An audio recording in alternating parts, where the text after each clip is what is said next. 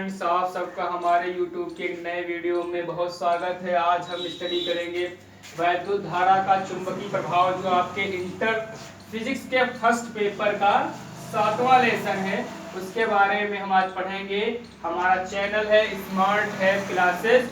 आपको इस पर फिजिक्स, केमिस्ट्री और मैथ और बायोलॉजी के वीडियो प्राप्त होंगे। फिजिक्स, केमिस्ट्री, मैथ के वीडियो मैं ही प्रोवाइड कराऊंगा और बायोलॉजी के लिए आपको मेरे पुरुषोत्तम सर जी सारे वीडियो देंगे। तो फिजिक्स में आज हम व्हीट स्टोन से पढ़ चुके थे। अब उसके बाद एक नई चीज पढ़ने जा रहे हैं कि वैद्युत धारा का चुंबकीय प्रभाव। जो लेसन है उसमें पढ़ेंगे चुंबकीय क्षेत्र कि चुंबकीय क्षेत्र होता क्या है। ठीक है, इसके बाद पढ़ेंगे चुंबक में कौन कौन से ध्रुव होते हैं, फिर चुंबक का प्रभाव क्या रहता है। उसके आधार पर हम किसी धारावाही जो चालक होता है उसके कारण किसी बिंदु पर उत्पन्न वैद्युत चुंबकीय क्षेत्र निकालेंगे, उसे कहेंगे बायो-सेवर्ट का नियम। आज ये चीज हम इसमें बहुत अच्छे से डिस्कस करेंगे। तो सबसे पहले जानते हैं कि चुंबकीय क्षेत्र क्या होता है।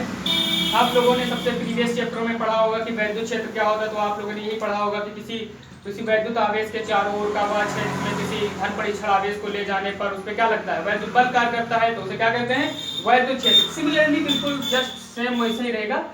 तो इसकी परिभाषा डिफिनीशन समझ लीजिए क्या है कि किसी चुंबक के चारों ओर का वह क्षेत्र, कि किसी चुंबक के चारों ओर का वह क्षेत्र जिसमें किसी चुंबकीय सुई को, इसमें वैद्युत आवेश को ले जाते हैं, तो इसमें किसी चुंबकीय सुई को ले जाने पर उस पे बल आघूर्ण लगता है, जिसके कारण चुंबकीय सुई क्या होती है, घूम जाती है और घूमकर एक निश्चित दिशा में ठहरती है। किस दिशा में, जिस पर उस पे बल क्या कर, ऐसा बल लग रहा है, बिल्कुल जो बल लग रहा हो परिणामी बल वो शून्य हो। क्योंकि अगर कोई बल लग रहा हो तो इधर उधर भागेगी, लेकिन जब वो एक निश्चित दिशा में ठहर जाएगी तो उस पे जो नियत बल रहेगा वो क्या रहेगा, शून्य होगा, तभी तो वो ठहर पाएगी। अगर बल लग रहा होगा तो ठहर ही नहीं पाएगी, वो हमेशा मूवमेंट देगी। ठीक, तो क्या होता है, किसी चुंबक के चारों ओर का वह क्षेत्र जिसमें किसी चुंबकीय सुई को ले जाने पर उस पर एक बल आघूर्ण कार्य करता है, जिसके कारण वो एक निश्चित दिशा में ठहर जाती है। ये बात चुंबकीय क्षेत्र की हो गई।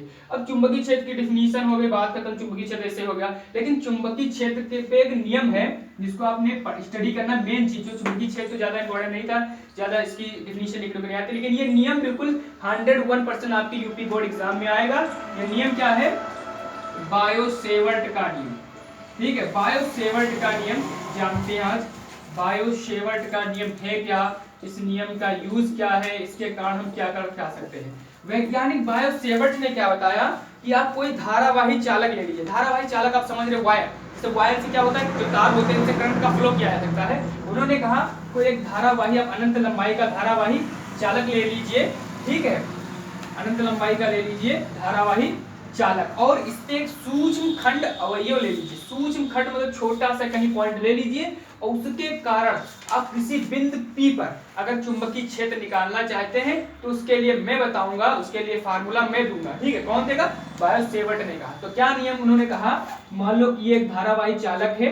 ठीक है, क्या है, धारावाही चालक। धारावाही चालक का मतलब जिससे होता है जिससे धारा का प्रवाह हो सके, धारा को चलाने वाला धारावाही ये चालक है आपका। और इसमें मान लो धारा फ्लो हो रही है I, और इसका सूक्ष्म खंड अवयव मैंने ले लिया, मान लो छोटा सा पार्ट ले लिया। ठीक है, इसकी लंबाई क्या बनेगी, मान लो dl है।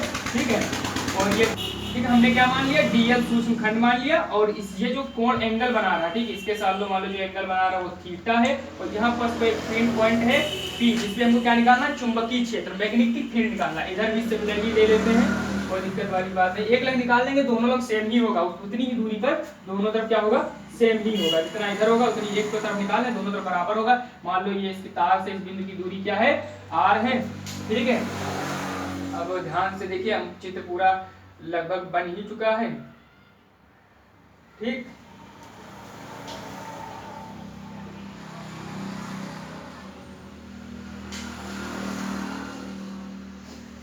dl sin थीटा के बराबर बन ही चुका है चित्र। आप लोग चित्र जल्दी से वीडियो को पुश करके बना लीजिए जल्दी से।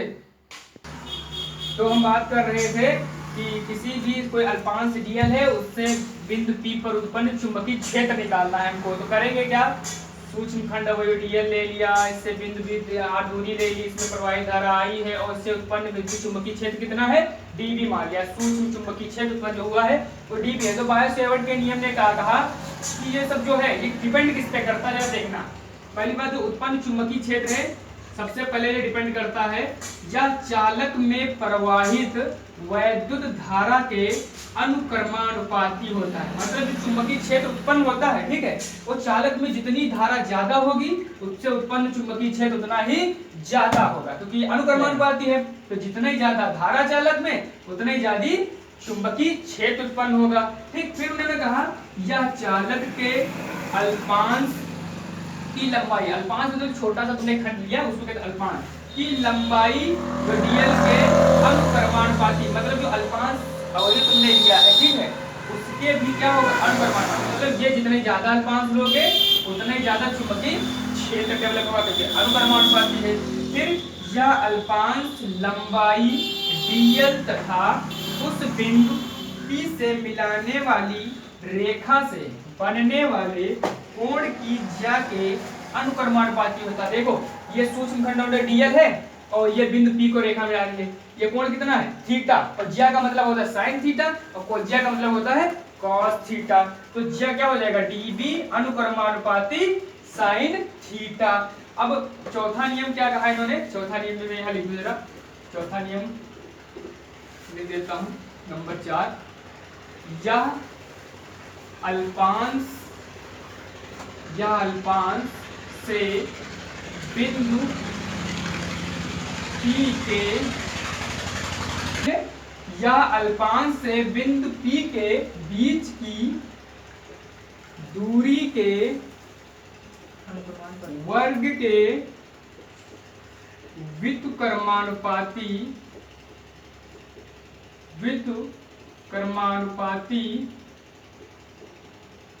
होता है। मतलब जो ये दूरी है, ये डिस्टेंस है, ये जितनी दूरी बढ़ाओगे उतने ही चुंबकीय क्षेत्र कम होगा। मतलब हम यहाँ खड़े हैं, अब यहाँ देखोगे तो कम चुंबकीय क्षेत्र, थोड़ा पास आओगे तो और ज्यादा हो जाएगा, फिर पास आओगे तो और ज्यादा। मतलब कहने मतलब जो डीबी होगा वो इनवर्स क्या जो व्युत्क्रमानुपाती होता है इसके वर्ग के। ये जितना ज्यादा दूरी होगी, जितना दूर बिंदु ले जाओगे डीबी का उतना ही कम होगा। मतलब आर बढ़ाते जाओ चुंबकीय क्षेत्र घटता जाएगा, आर घटाते जाओ चुंबकीय क्षेत्र बढ़ता जाएगा। ठीक, अब हम तीनों नियम को अगर हम कंबाइंड कर दें, मिला दें, तो चित्र आप लोगों ने बना लिया होगा। तो इसको मैं जगह मिटा दे रहा हूँ, वीडियो को पुश करके बना लीजिएगा अगर नहीं, और वीडियो को लाइक करिए ताकि हमारा मोटिवेशन होता रहे, और मोटिवेशन होता रहेगा तो हम लगातार आपको अच्छे अच्छे वीडियो प्रोवाइड कराते रहेंगे, चाहे वो फिजिक्स के हों, चाहे केमिस्ट्री के हों, चाहे मैथ के हों, चाहे बायोलॉजी के हों। और कोशिश करेंगे कि आप लोगों को इंग्लिश का भी वीडियो जल्द से जल्द प्रोवाइड कराएंगे, कैसे भी करके आपको हम इंग्लिश का भी वीडियो प्रोवाइड कराएंगे।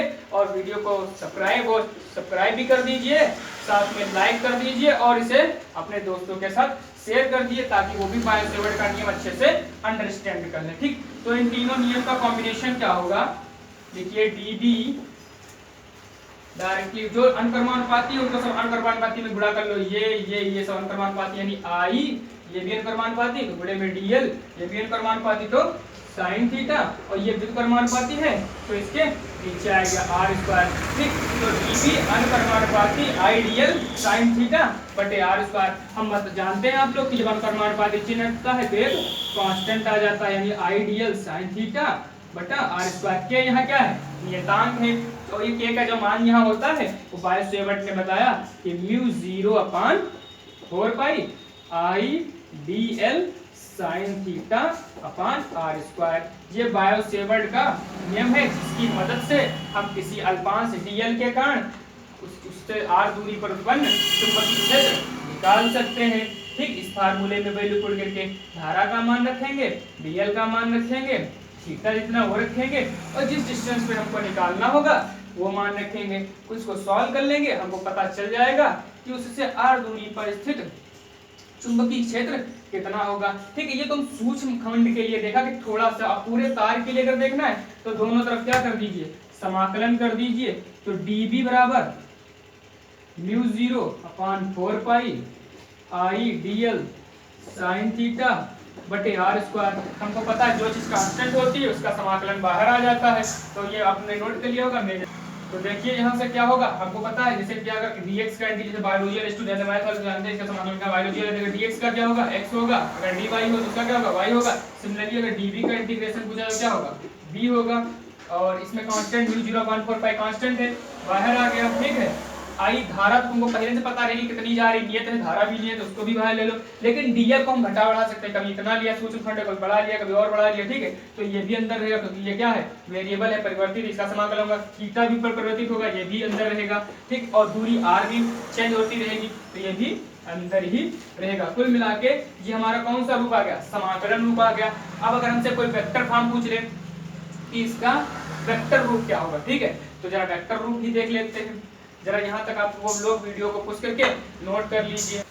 ठीक, अब यहाँ देख लेते हैं कि बायोसेवर्ट का सदिश रूप होता है, कभी कभी पूछ लेता है 1-2 नंबर में सदिश रूप में लिख के, चलो सदिश रूप भी देख लेते हैं। ठीक है, फिर इसका न्यूमेरिकल भी आपको जल्दी से ही वीडियो मिलेगा, न्यूमेरिकल का भी चलिए थोड़ा थ्योरी समझ लेते हैं, फिर आसानी होगी आपको न्यूमेरिकल करने में भी, इसलिए थ्योरी पहले फिर आपको न्यूमेरिकल का भी इसको वीडियो मिलेगा। बायोसेवर्ट हो या पीछे के जो वीडियो हो चुके हैं वेट स्टोर में भी आपको वीडियो मिलेंगे, जो भी चीज पढ़ चुके हैं उसको आसानी से हम वीडियो कराते रहेंगे। ठीक है, अब देखते हैं जरा, ये हमारा क्षेत्र आ गया तो इसको उठाते हैं और इसका सदिश रूप बनाते हैं।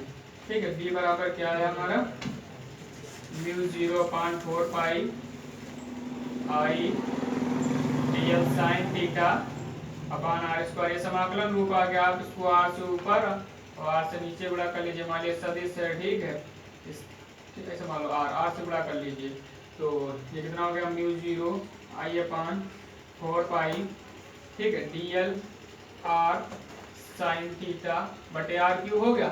अब आपने फर्स्ट ईयर में फार्मूला पढ़ रहा होगा या इंटर में जो आप मैथ पढ़े सदिश के बारे में अगर कुछ पढ़ा होगा तो आपने एक फार्मूला पढ़ा होगा, a vector cross b vector बराबर a b sin थीटा होता है।